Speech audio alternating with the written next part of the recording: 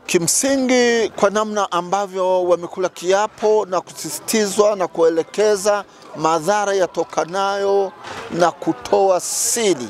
Kwa hiyo lolote lile linaloweza kutokea kinyume na utaratibu kwa minajili ya aliyekuwa kula kiapo akavujisha siri, akatoa siri kusikohusika na matakwa ya Tume Huru ya Uchaguzi, kimsingi anaweza akachukuliwa hatua za kinidhamu dhidi yake. Neno langu la mwisho naloweza kuwasihi makalani waongozaji, kimsingi wawe makini katika mafunzo yanayoendelea, maana mpaka sasa hivi bado tunaelekea mwisho, lakini nawasisitiza ili uweze kuipata kazi hii katika Tume Huru ya Uchaguzi ni neema na ni bahati kubwa sana, maana kuna wengi sana wamebaki na walikuwa nahitaji kazi hiyo na walikuwa wameomba.